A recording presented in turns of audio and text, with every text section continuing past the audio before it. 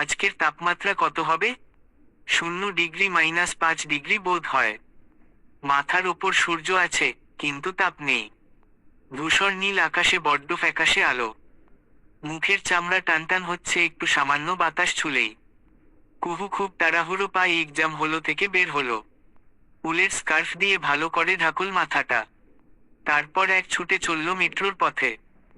সেই কোন সকালে বেরিয়েছিল, পেটে এক ফোঁটা দানা পানি পড়েনি। এখন ডর্মে ফিরে খাবে, একটা হট ওয়াটার শাওয়ার নেবে, তারপর সোজা কাজে। মেট্রোতে ভিড় নেই। হতো বাংলাদেশ, পা রাখারও জায়গা পেত না। কোণের একদম ফাঁকা বেঞ্চ দেখে বসল ও।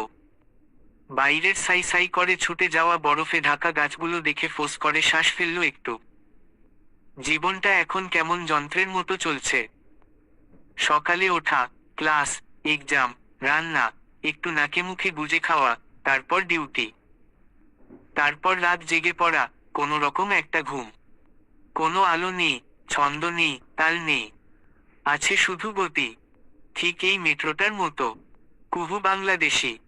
ওখানকার পুরান ঢাকায় জন্ম ওর। বাবা খুব নামকরা ব্যবসায়ী ছিলেন।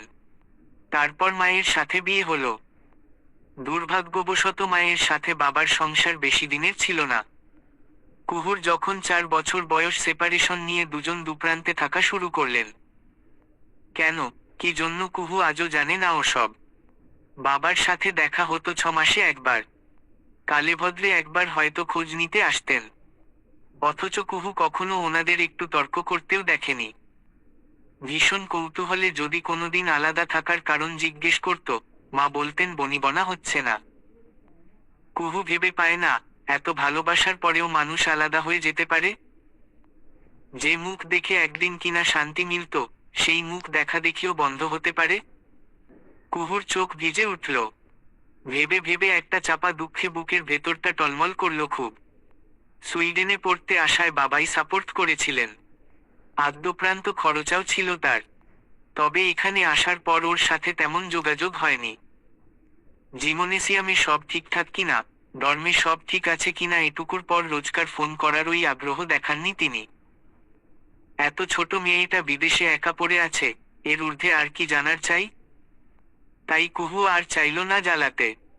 এখানে তো ও নিজের মতোই থাকছে। দেখতে দেখতে কখন যে 2 বছর ঘনিয়ে গেল টেরই পেল না। কুহুর ধ্যান ভাঙল রিংটোনের শব্দে। স্ক্রিনে চেয়ে দেখল একটা চেনা নম্বর ভাসছে। অমনি ঠোঁট টেনে হাসল সে। কানে গুজতেই একটি ধীর, মার্জিত কণ্ঠ ছুটে এলো। হ্যালো কুহু। আসসালামু আলাইকুম, আলভিন ভাইয়া।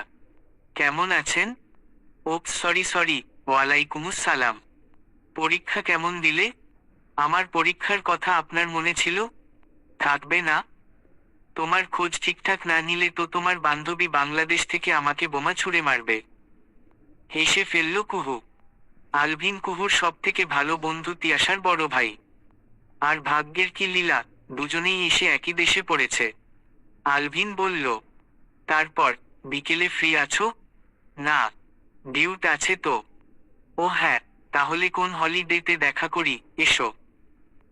তিয়াসা তোমার জন্য কিছু জিনিস পাঠিয়েছিল, সেগুলো তো দেয়া হলো না। আমার জন্যে? বিস্ময়ের সাথে কুহুর মনটাও খারাপ হলো অমনি। তিয়াসা ওর সাথে কথা বলে না। একটা ভীষণ রাগের দরুন যোগাযোগই করে না।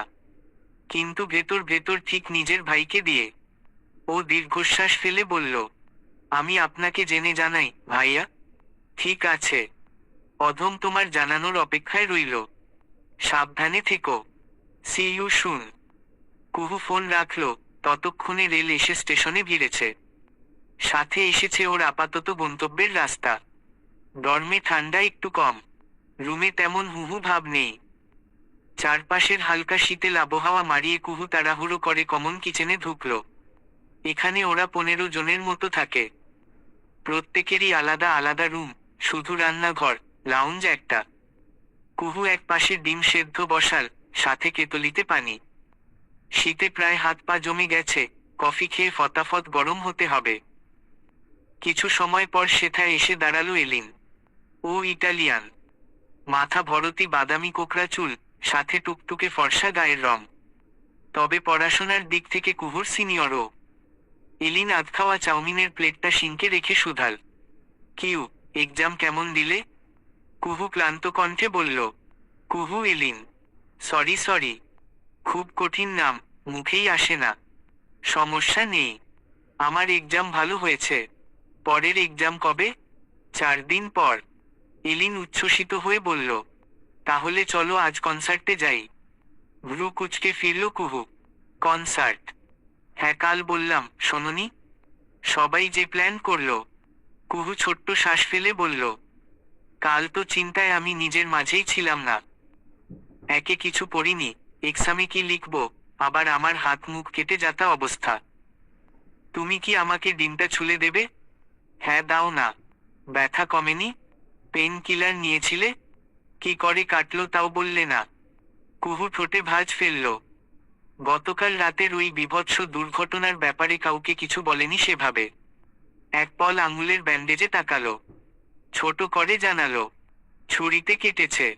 এলিন ভ্রু কুচকাল। গালটাও? কুহু চুপ। এলিন ঘাটল না। ডিমের খোসাগুলো ছাড়াতে ছাড়াতে নিজের মতো বলল, আজকে তো আমরা সবাই কনসার্ট দেখতে যাব। এই তো, উপসালার পাশের শহরেই হচ্ছে। চিফ গেস্ট কে আসবে জানো? My hero, my dream boy Sam. আমি যদি একবার ওকে একটা হাগ করতে পারি কুহু, আমি আর কোনোদিন গোসল করব না। ওর গায়ের গন্ধ নিয়ে সারাদিন বসে থাকব। শুনেছি ও নাকি ব্লিউ দ্য শ্যানেলের পারফিউম ব্যবহার করে। উফ, আমার কাজিন একবার দেখেছিল ওকে। কোনোমতে একটা সেলফি তুলতে পেরেছিল। বলেছে আমাকে, এত অয়েল স্মেল ওর। ইস! কুহু হেসে ফেলল। জিমনেসিয়ামে ওর ইয়ার 3 চলছে, অথচ কি পাগলাটে কথাবার্তা। নিঃশব্দে শ্বাস ফেলে দুপাশে মাথা নাড়ল মেয়েটা। পরপর হুট করে কিছু একটা ভেবে কপাল গুছিয়ে গেল তার। মনে পড়ল কালকের গাড়িতে থাকা সেই আহত লোকটার কথা। Blew channel. কাল ওই লোকটার গা থেকেও তো ও একই ঘ্রাণ পাচ্ছিল। চট করেই যেন রহস্য ধরে ফেলল, লোকটাকে কোথায় দেখেছে কুহু। ও মাই গড! ওই লোকটা আবার রকস্টার স্যাম নয় তো? এলিনের ক্রাশ। কুহু খপ করে এলিনের হাত ধরে বলল, তোমার রুমে চলো এলিন। কেন, কি হলো? কুহু জবাব দেয় না, শুধু তড়িঘড়ি করে এলিনকে টেনে রুম অবধি আনল। ভেতরে এসেই সোজা তাকালো স্টাডি টেবিলের সামনের দেওয়ালে। সেখানে সম্রাটের একটা বিশাল পোস্টার টাঙানো। পরনে লেদারের জ্যাকেট, ধূসর বাদামি রঙের চুল ছড়িয়ে ছিটিয়ে কপালে এসে পড়েছে, এক কানে দুল পরা ছেলেটার পিঠে ঝুলন্ত গিটার, ডান হাতে মাইক্রোফোন। কোনো উত্তাল কনসার্টের স্টেজে গান গাইছে সে। চারপাশ অন্ধকার করে ভক্তদের ফোনের ফ্ল্যাশ লাইট জ্বলছে কেবল। সেই জলজলে আলোয় চকচক করছে সম্রাটের সবুজমণি জোড়া। কুহু ভ্রু টানটান করে ফেলল। মুখের আদল তো সেরকমই লাগছে। ঘোর ছুটল এলিনের প্রশ্নে, কিউ, কি দেখছো বলো না? ও হরবর করে বলে, এলিন, আমার মনে হয় তোমার রকস্টারের কাল অ্যাক্সিডেন্ট হয়েছিল। খুব খারাপ অবস্থা ছিল জানো। সারা মুখ রক্তে। এলিন হেসে ফেলল। অ্যাক্সিডেন্ট? পাগল হয়েছ? ওর আজ কনসার্ট আছে। অ্যাক্সিডেন্ট করলে কনসার্ট হতো? কিন্তু আমি যে দেখলাম, kind of illusion I think. হয়তো আমার মুখে ওর ব্যাপারে শুনতে শুনতে তুমিও ওকে আমার মতো পছন্দ করতে শুরু করেছ। অবশ্য স্যামের ওই গ্রিন আইস, ওর তাকানোর ধরন, ওর ফিগার, ওর গান, এসবে যে কেউ বলে যাবে। আমি যাই, শাওয়ার নেব। তুমি রাতে গেলে কিন্তু আমাকে জানিও। এলিন তোয়ালে নিয়ে শাওয়ারে ছুটল। কুহু তখনও নিশ্চিত হতে পারল না। কিছুক্ষণ ঠোঁট উল্টে সম্রাটের ছবিতে চেয়ে রইল সে। যদি ওটা স্যাম না হয় তাহলে কে? আচ্ছা যেই হোক, অ্যাক্সিডেন্ট যে হয়েছিল সেটা তো সত্যি। এখন কেমন আছে লোকটা? ইস! পরীক্ষার যন্ত্রণায় কুহু খোঁজ নিতে পারেনি। সুযোগ পেলে একবার জানতে হবে ওনাকে কোন হাসপাতালে নেওয়া হয়েছে, আর বেঁচে আছে কিনা। গালের ব্যান্ডেজটা এক টান মেরে তুলে ফেলল সম্রাট। এখনো তাজা ক্ষত, অথচ ব্যথায় এক ফোঁটা মুখও কুচকাল না সে। কপালেরটায় হাত দিতে গেলেই নার্স ছুটে এলেন। আরে এটা খুলবেন না, রক্ত আসবে।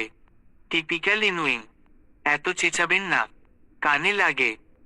সম্রাট কপালের ব্যান্ডেজ ছাড়ল, তবে হাতের ক্যানোলাও টেনে খুলল এরপর। গায়ে শার্ট জড়িয়ে চেষ্টা করলো এক হাতে বোতাম আটকাতে, পারল না। তাকালো আশেপাশে। নার্স মেয়েটাকে দেখে বলল, দ্য ইনউইং লেডি, বোতাম আটকে দিন। মেয়েটি ভ্রু তুলল কপালে। চোখ ঝাপটাতে দেখেই সম্রাট বিরক্ত হয়। বিড়বিড় করে বলে, গুড ফর নাথিং। চিকিৎসক হাসি মুখে মাত্রই ঢুকলেন কেবিনে, সাথে সাথে হাসিটা মুছে চোখ উল্টে গেল। যে পেশেন্টের বেডে চিত হয়ে শুয়ে থাকার কথা, সে শরীর টানটান করে দাঁড়িয়ে আছে। উৎকণ্ঠিত হয়ে বললেন, মিস্টার স্যাম, আপনি কোথায় যাচ্ছেন? আপনাকে তো রিলিজ দেয়া হয়নি। সম্রাট কথা টথা বলল না।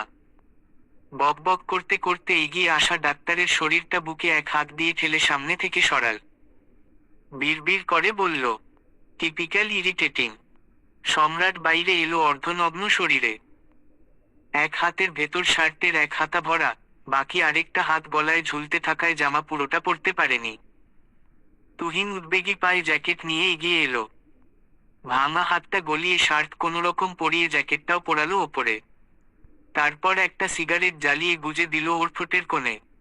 মিনমিন করে বলল, বসো, এখনো রিলিজ দেয়নি, আপনি বেরিয়ে যাচ্ছেন। তে সাইন দিতে হতো না?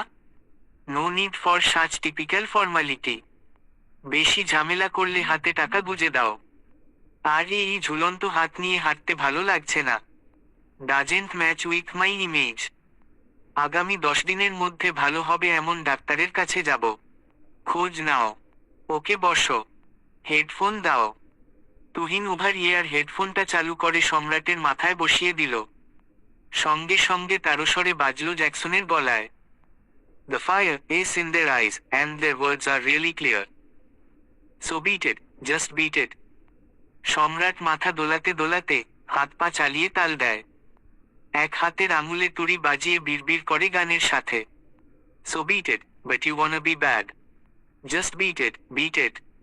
তুহিন হা করে রইল। ফ্যালফ্যাল করে চেয়ে থেকে বলল, বসকে দেখে মনেই হচ্ছে না কাল অ্যাক্সিডেন্ট করেছেন। নাচছেন, মাই গুডনেস। সম্রাট হেসে বলল, আমি কারো দেয়া ব্যথায় কাবু হই না, তুহিন। অন্যকে কাবু বানাই। এতদিন চাকরি করেও এটুকু বোঝনি। জি বসো। মেয়েটার কি হলো?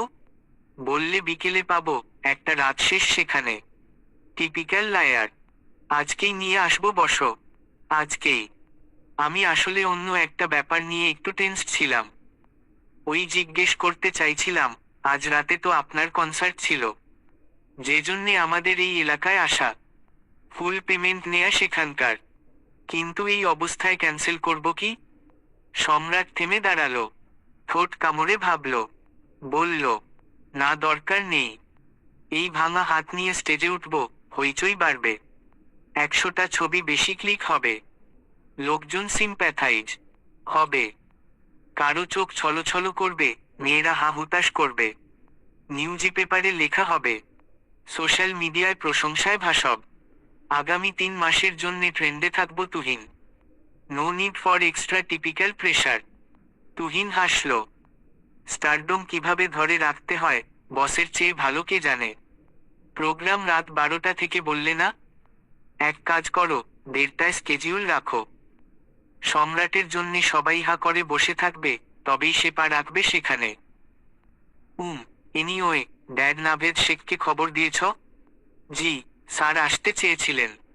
দরকার নেই, আমি যাব। আগে মেয়েটাকে দেখা দরকার। তুমি যাও, ওকে আমার অফিসে নিয়ে এসো। ওকে বসো। সম্রাট লনে এসে দেখল একটা ঝকঝকে সাদা রঙের গাড়ি দাঁড়িয়ে আছে। ওকে দেখতেই নত হয়ে একজন দরজা খুলে দিলেন। সম্রাট কপাল কুঁচকে তুহিনের দিক তাকালো। ছেলেটা সদ্যোগে বলল, বসো, আপনার গাড়িটা কাল বাজেভাবে ভেঙেছে। শুধু একটুর জন্যে ব্লাস্ট করেনি। এখন তো। সম্রাট স্থূলস্বরে ডাকল, তুহিন, আমার এক্ষুনি ওই সেম কালারের, সেম ব্র্যান্ডের সেম কার চাই। না হলে আমি এখান থেকে এক পাও নড়ব না। তুহিনের কণ্ঠ শৃঙ্গে। বসো এক্ষুনি। পরপর মাথা নুইয়ে ঘাড় নাড়ল সে। ওকে বসো। 20 মিনিটের মাথায় সেই ডার্ক চকলেট ব্রাউন রঙের আরেকটা নতুন চকচকে মার্সিডিজ মেবাক এসে হাসপাতালের সামনে দাঁড়ালো। মাত্রই কিনে এনেছে তুহিন। সম্রাট লব্বিতে ছিল, তুহিন ত্রস্ত পায়ে গিয়ে ডেকে আনলো তাকে। বসো, আপনার গাড়ি। ঠোঁট টেনে নিঃশব্দে হাসল সম্রাট। তুষ্ট চিত্তে পিঠটা চাপড়াল তুহিনের।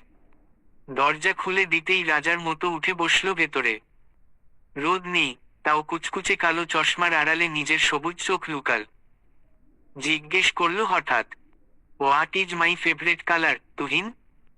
ছেলেটা গাড়িতে বসতেই যাচ্ছিল, আচমকা প্রশ্নে বড়কাল একটু তটস্থ বেগে দাঁড়িয়ে চটপট বলল, dark chocolate brown, sir. Yeah, it's not just a colour, it's my style. যেমন আমি ডার্ক, স্ট্রং, সহজে চোখে পড়ি কিন্তু কারো হাতে ধরা দিই না। কুহুর ডিউটি ক্যাফেতে, বিকেল 5টা থেকে একেবারে রাত 9টা অবধি। দুদিন পর ক্রিসমাস, এখন খুব চাপ থাকে এখানে। কুহু ভীষণ ব্যস্ত হয়ে খাবার সার্ভ করছিল, তক্ষুনি ম্যানেজার ডাকলেন। মাথার ক্যাপ হাতে নিয়ে ছুটে গিয়ে দাঁড়ালো মেয়েটা। ইয়েস স্যার, ওনারা তোমার সাথে কথা বলতে চেয়েছেন। কুহু পাশ ফিরে চাইল। তুহিন সাথে সাথে মাথা হালকা ঝুঁকিয়ে বলল, hello ma'am. Hello sir. Ma'am, আপনাকে আমাদের সাথে একটু যেতে হবে। কুহু অবাক হয়। কোথায়? আপনি গেলেই বুঝতে পারবেন। চলুন, বসো, আপনার জন্যে অপেক্ষা করছে। কুহু কপাল কুঁচকে ফেলল। আশ্চর্য, আমি আপনাদের চিনি না, জানি না কে বসো না বসো তাও জানি না। আপনারা বললেই কেন যাব? ম্যাম, আমি আপনাকে এখানে ব্যাপারটা বলতে পারবো না। বসের নিষেধ আছে। আপনি গাড়িতে বসুন, যেতে যেতে সব বলবো। কুহু ভীষণ রেগে বলল, এটা কি ইয়ার্কি করার সময়? আপনাদের বস আমাকে ডাকবে কেন?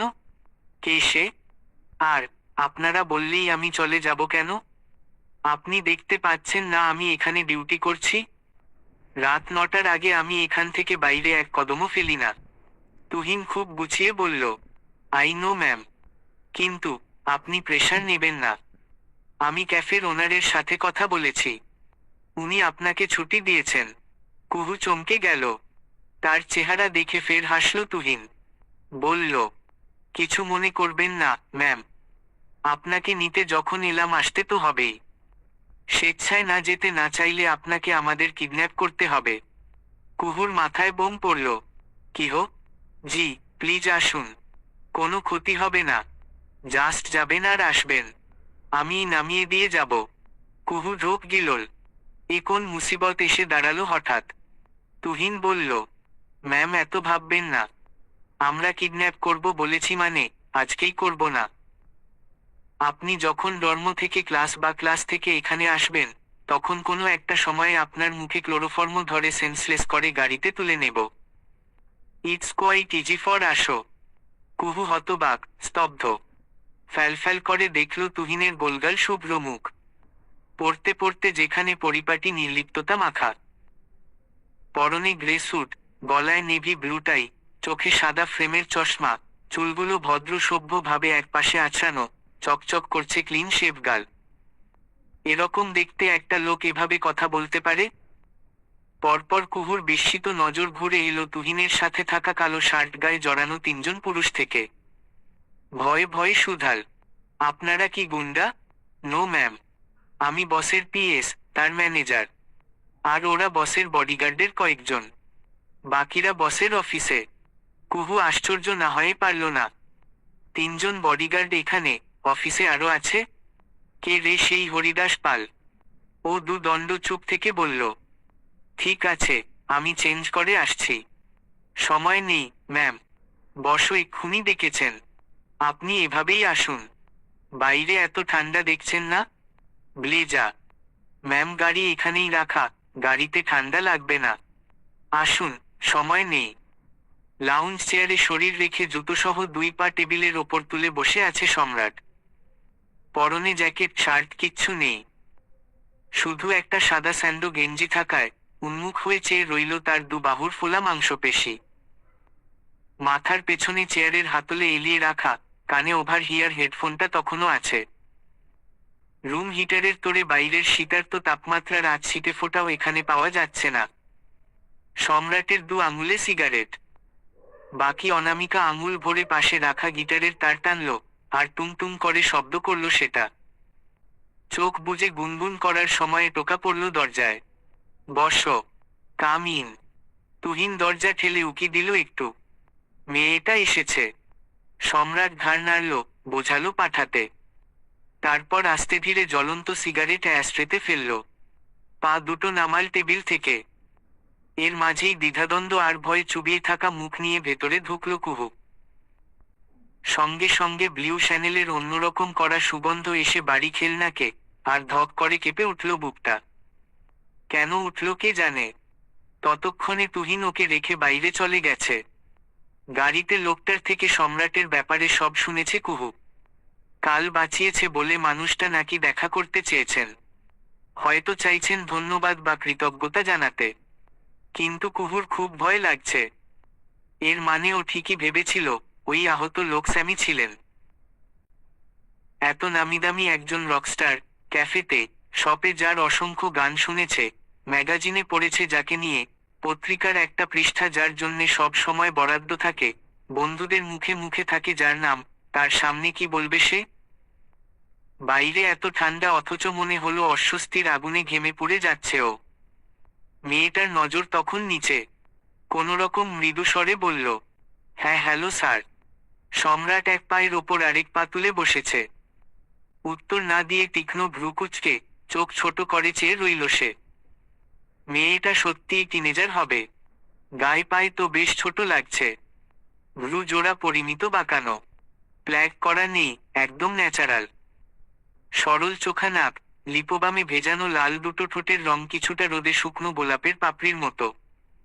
নাকের ডগা ঘেমে গেছে। আশ্চর্য, এই শীতেও কেউ ঘামে? যদিও এখানে রুম হিটার চলছে। ঠোঁটের ঠিক ডান কোণে একটা লাল তিল। চেহারায় জোর করা সৌন্দর্য নেই, তবে এক অদ্ভুতুরে স্বচ্ছতা। চুলগুলো ঢেউয়ের মতো, পিঠ অবধি, পেছনে একটু ঢিল ভাবে পনিটেইল করা। কিছু ছোট চুল আবার দুপাশ থেকে গালের সাথে ঝুলছে। বা গালে একটা ছোট্ট ওয়ান টাইম ব্যান্ডেজ। ক্যাফের লোগো বসানো ফুল হাতা টি শার্ট, সাথে জর্জেটের কালো স্কার্ট পরনে। আচ্ছা, মেয়েটা কি বাঙালি? সম্রাট ওইটুকু সময়ই কুহুকে সূক্ষ্মভাবে মেপে ফেলল। একেবারে নজর নামিয়ে এক চোট হাঁটু থেকে মাথা অবধি খুঁটে খুঁটে দেখল ওকে। ধীর, মৃদু স্বরে বলল, শিট হিয়ার। কুহু ভেতর ভেতর বেশ ঘাবড়ে যাচ্ছে। সম্রাটের গলার স্বর ভারী, ঠিক মেঘ ডাকা আওয়াজের মতো। মানুষটার মুখোমুখি টেবিলের এপারে রাখা লাউঞ্জ চেয়ারে মাথা নুয়ে বসল সে। নত চোখটা গিয়ে সাথে সাথে পড়ল গিটারের তারে রাখা সম্রাটের হাতের ওপর। মাঝের 3টি আঙুলে প্ল্যাটিনামের 3টি আংটি পরা। প্রত্যেকটিতে এক একটা ইংরেজি অক্ষর। অনামিকা আঙুলে এস, মধ্যমাতে এ আর কনিষ্ঠায় পরা এম আংটি মিলিয়ে দাঁড়ায় স্যাম। এই ব্যাপারটার কথা ওয়েলিন ছাড়া আরো অনেকের কাছে শুনেছিল অবশ্য। কিছু ছবিতে দেখেছেও। এটা নাকি ওনার নিজস্ব স্টাইল। মেয়েটা ওই আন্ত চিবুকেই জিভে ঠোঁট চুবিয়ে বলল, আমি আসলে কি বলবো বুঝতে পারছি না। আপনি সুস্থ হয়েছেন দেখে ভালো লাগছে। আমার নিজেরই উচিত ছিল আপনার খবর নেয়া, কিন্তু আমার এক্সাম আবার জবের প্রেশার মিলিয়ে হয়নি। আপনি এখন ঠিক আছেন স্যার? উত্তর নিতে আস্তে ধীরে মুখটা একটু তুলল কুহু। নিভু নজর সোজাসুজি গিয়ে বর্তাল সম্রাটের সবুজ নয়নতারায়। এখনো কেমন নির্বাদ চেয়ে আছে সে। ওই দৃষ্টি দেখে কুহুর বুক আরেকবার কাঁপল। এই বিরল রঙের চোখ ও ছবি পোস্টারে 1000বার দেখেছে। সেখানে যতটা আকর্ষণীয়, অথচ সামনে থেকে কেমন গা হিম করে দেয়ার মতো না। সম্রাট নিশ্চুপ চোখের মনি ঘুরিয়ে ঘুরিয়ে মেয়েটার গোটা চেহারা দেখল। হঠাৎ বাঁকা নজর পড়ল কুহুর এক পাশের কাঁধের জামার ওপর। দুম করে বলে বসল, ইনারের স্ট্র্যাপ বেরিয়ে আছে। কুহু থমকায়, চমকে যায়। আকাশ থেকে মাটিতে ছিটকে পড়ে বলে, জি? সম্রাটের নিষ্প্রভ চোখ সেদিকেই। পরপর কুহুর স্তম্ভিত চেহারায় চাইল সে। ঘাড়টা এক পাশে একটু কাত করে খুব শীতল মেজাজে বলল, ব্ল্যাক, রংটা ভালো। But doesn't sweets your tiny lady. চলবে।